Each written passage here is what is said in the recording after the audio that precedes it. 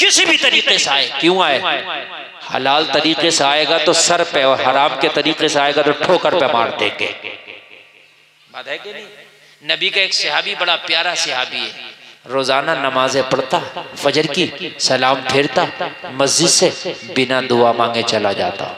किसी ने शिकायत कर दी, आका फलाना सहाबी है दुआ ही नहीं मांगता, चला जाता। नबी को तकलीफ हुई, एक दिन पकड़ लिया और मेरे सहाबी सलाम फेर के दुआ क्यों नहीं मांगते? रोने लगा।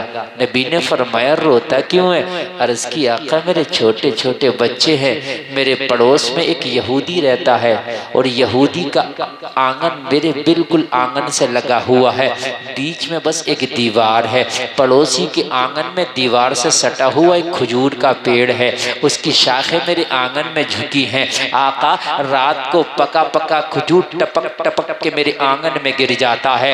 या रसूल अल्लाह मेरे छोटे छोटे बच्चे हैं, मैं इसलिए जल्दी चला जाता हूँ कि कोई मेरा बच्चा सुबह को उठ के उसका खजूर मुंह में न दे ले, इसलिए मैं दुआ नहीं करता। आका जल्दी जाता हूँ और उसके सारे टपके हुए खजूर आंगन से उठा के दामन में भरता हूँ और अपने पड़ोसी यहूदी के दरवाजे पे जाके उसकी अमानत वापस कर देता हूँ। क्यों भैया आज का कर देगा? लड़ पड़ेगा, कहेगा मैं लेने गया हूँ, तेरे घर खुद ही टपक रहे, अपना पेड़ हटा ले। मैं गलत तो नहीं कह रहा हूँ? अपना पेड़ हटा ले, मैं कोई लेने गया हूँ। और बल्कि मियाँ ये नहीं करेगा, रात को डंडा लेके हिला लेगा वो, और हिला लेगा, हाँ, छोड़ेगा नहीं। मेरी बात गलत तो नहीं है ना? लेकिन ये ईमान नहीं है। और दुश्मन का पेड़ है, दोस्त का भी नहीं है। यहूदी दुश्मन ही तो है, दोस्त तो नहीं है ना। कुरान में अल्लाह ने साफ कह दिया, यहूदो नसारा तुम्हारे दोस्त नहीं हो सकते। लेकिन इस्लाम तो दुश्मन के साथ भी अच्छा बर्ताव करता है ना। ये इस्लाम है। आका अब बताएं, मैं दुआ करूं या अपने बच्चों को हराम से बचाऊं? मेरे नबी ने पीठ पे हाथ फेरा, कहा हराम से बचाना ही लाजिमी है। अगर तेरे बच्चे हराम खाएंगे तो तेरी दुआ किस काम की है? कुछ लोग उम्रे पे उम्रा कर रहे हैं मगर हराम फिर भी नहीं छोड़ते, हज पे हज कर रहे हैं हराम फिर भी नहीं छोड़ते। और मेरे भाई 10 उम्रे ना कर, 1 उम्रा कर ले मगर हराम ना खा, तब तो काम का। हर साल उम्रा कर रहा, झूठ बोलता, हराम खाता, तेरा उम्रा किसी काम का नहीं है।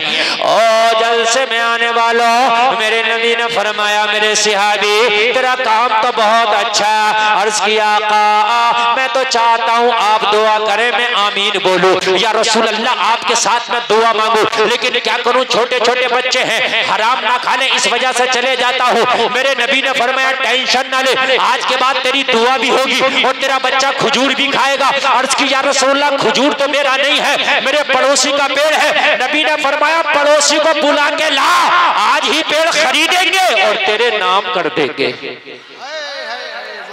आज ही खरीदेंगे तेरे। अर्ज की, आका इससे अच्छी क्या बात है? पेड़ का पेड़ मिल जाएगा, दुआ की दुआ हो जाएगी। नबी ने फरमाया हर समस्या का समाधान तो मोहम्मद की बारगाह में होता। बुलाया यहूदी को, नबी ने फरमाया ओ यहूदी क्या पेड़ बेचोगे? और इसकी नहीं। नबी ने फरमाया मुंह मांगी कीमत मिलेगी। बोला बेचूंगा। मुंह मांगी कीमत मिलेगी, जाहिर सी बात है, जब डबल ज्यादा मिल रहे हो, पैसे ज्यादा मिल रहे हो तो जाहिर सी बात है। नबी ने फरमाया पेड़ के बदले कई सारे पेड़ दे दूंगा, कीमत लेगा तो मुंह मांगी दूंगा। इसलिए कि अपने सहाबी की बेकरारी देखी नहीं जाती, देखी नहीं जाती। सौदा हो गया और इसने मांग लिया। इसने जो मांगा मेरे नबी ने दे दिया। मेरे नबी ने सहाबी को मालिक बना दिया। अब खाया भी करो, बेचा भी करो, पेड़ तुम्हारा है। ओ लोगों, ये अच्छी नस्ल का पेड़ था, फल अच्छा देता था, लेकिन जिस दिन से नबी ने खरीदा इसके फलों में और 4 चांद लग गए। यार एक तो था ही अच्छा, फिर नबी ने खरीद लिया। जब तक बिके न थे तो कोई पूछता न था, तुमने हमें खरीद के अनमोल कर दिया। जिस दिन से नबी ने खरीदा क्या, पेड़ में 4 चांद लग गए। अब तो इतना फल देने लग गया, इतना फल देने लग गया, पूरे शहर में लोगों की शोहरत हो गई कि पेड़ लाजवाब है, इतना फल देता है। मौसम हो तब भी फल देता है, मौसम ना हो तब भी फल देता है। यहूदी को चढ़ा दिया लोगों ने। अरे भाई तू कहां कट गया, फ्री में पेड़ दे दिया तूने, जैसे चढ़ाते हैं लोग। और भाई फ्री में पेड़ दे दिया तूने, कहने लगा क्या हुआ? कहने लगा पूरे मदीना के पेड़ों को देखा लेकिन इतना माल कोई पेड़ नहीं देता जितना तेने बेचा है वो पेड़ देता है। चूंकि नबी ने खरीद लिया था तो पेड़ में इसमें इजाफा हो गया, बरकतें दे दी अल्लाह ने। यहूदी बोला जबान पलटने में कितनी टाइम लगती है, बेईमानी कर लेते हैं तो मेरे ही आंगन में। भाई बेची तो दिया है तो मेरे ही आंगन में, अभी कर लेते हैं बेईमानी, जबान बदलने में कितनी टाइम लग रहा है। लेकिन यार मोमिन की जबान जबान होती है, अब यहूदी की क्या जबान, कोई जबान नहीं ना। हमारे यहाँ भी ऐसा होता है, किराए पे दुकान दी, 2-3 साल उस गरीब ने मेहनत की, दुकान चलने लगी तो उसको निकाल कर बाहर कर दिया। और भाई तेरी दुकान का कमाल नहीं, उसके नसीबे का कमाल है। हो सकता है उसका नसीब तेरे दुकान में ये काम कर रहा था, अगर उसका नसीब ना हो तो शायद तेरी दुकान ना चलती। लोगों इसकी नीयत बदल गई, बेईमानी पे आ गया, पेड़ मेरे आंगन में। सिहाबी रसूल नबी की बारगाह में हाजिर हुए, आका मामला फिर बिगड़ गया। या रसूल अल्लाह वो तो बेईमानी पे उतर आया। आका बात पलट रहा है, जबान पलट गया। नबी ने फरमाया घबराता क्यों है मेरे गुलाम, मेरे सिहाबी, वही तो जबान पलट गया, मोहम्मद तो अपनी जबान नहीं पलटे। उसके पलटने से क्या होता है, मैं ना पलटूं? मैंने तेरे नाम कर दिया पेड़ तो तेरा ही है। अर्ज की आका उसके आंगन में है, आंगन का ताना दे रहा, मेरे आंगन में है, मेरा है। आका भी पंचायत बिठा लेगा तो चंद लोग उसकी इसी भी कहने वाले हो जाएंगे। अभी तुम गलत पंचायत बिठा लो, मैं सही बता रहा हूं, अगर 50 लोग तुम्हारी कहेंगे तो 10 उसकी भी कह रहे होंगे। अजीब मामला, पंचायत अभी बिठा लो। हमने बिल्कुल ऐसी पंचायत देखी जो गरीब का किसी का कोई खता नहीं है, फिर भी कह रहे हैं भाई क्या करें, नाले का गिरा तो सूखा निकलता ही नहीं है, तुम्हें भी ये करना पड़ेगा। क्यों करना पड़ेगा भाई? जब यार गलती पे वो नहीं है तो उसको क्यों कसूरवार आप ठहराने? किसी ने किसी के 50,000 रुपए मार लिए, पंचायती बैठे तो क्या करें भाई, कुछ ना कुछ तुम्हें भी दबना पड़ेगा। 25,000 इसे दबाया, 25 उससे दिला दिए, हो गई पंचायत। ये पंचायत हो रही है, डकैती हो रही है। जब 50 है तो 50 पूरे दिलाना। मेरी बात समझ रहे कि नहीं समझ रहे भाई? गलत क्यों? नबी ने फरमाया आंगन से क्या होता है, तेरा पेड़ है, वो जबान पलट गया, पलटने दो, मोहम्मद ने जबान नहीं पलटी है। बोल दो सुभान अल्लाह। मैंने जबान नहीं पलटी, अर्ज की आका आपने नहीं पलटी है तो फिर सौदा भी नहीं पलटेगा। लेकिन या रसूल अल्लाह वो 4 आदमी इकट्ठा कर लिया, क्या हो गया? नबी ने फरमाया वो मौका ही नहीं आएगा।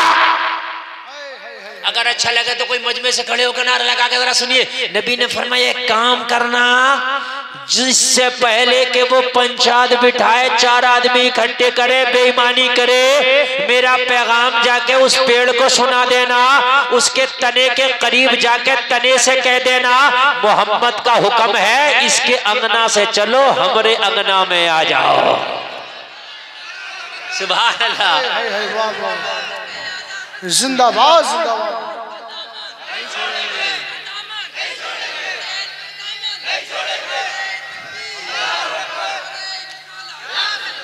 माशाअल्लाह, आप बहुत लाजवाब सुन रहे हैं। जरा सुनिए, इसके अंगना से चलो, मेरे अंगना में आ जाओ। वो सिहाबी रसूल दौड़ा दौड़ा गया, तने के पास गया, पेड़ के तने के करीब जाके जैसे किसी के कान में कोई बात करता है, सरगोशी करता है, इस तरीके से सिहाबी रसूल ने कहा ओ पेड़, तुम्हें आमिना का लाल हुक्म देता है, तुम्हें नबियों का सरदार हुक्म देता है, तुम्हें मदीने का ताजदार हुक्म देता है, तुम्हें नबी खत्मुर रसूल हुक्म देता है, अल्लाह का महबूब का हुक्म है, मेरे आका का हुक्म है, शम्सुद्दुहा बदरुद्दुजा सदरुल उला नूरुल हुदा का हुक्म है, इसके आंगन से चलो। जिसके आंगन में खड़े हो उसकी नीयत खराब हो गई है, और जो नबी का खरीदा हुआ है जिसकी नीयत खराब हो उसके आंगन में नहीं खड़ा होता, इसके से चल के मेरे आंगन में आ जाओ। इतना सुनना था, पेड़ ने हिलना शुरू कर दिया, जमीन को चीरता हुआ, जड़ों को उखाड़ता हुआ यहूदी के आंगन से चला, सिहाबी के आंगन में आके खड़ा हो गया। सिहाबी कह रहा था अस्साइलु मिनका ला यस्माउला, तो बरेली से आवाज आ रही थी कौन देता है, देने को तू चाहिए, देने वाला है सच्चा हमारा नबी। हाय हाय हाय, नारे तकबीर, नारे मसरके आला हजरत। इश्क मोहब्बत प्यार मोहब्बत नारे तकबीर नारे रिसालत। बिल्कुल कमजोरी नहीं दिखाई है, तकरीर शुरू हो चुकी है और मुकम्मल तरीके से गला गर्म हो चुका है। इंशाअल्लाह ऐसी सुनाऊंगा, यहां भी झूमेंगे, मरने के बाद मैदान महशर में झूमेंगे।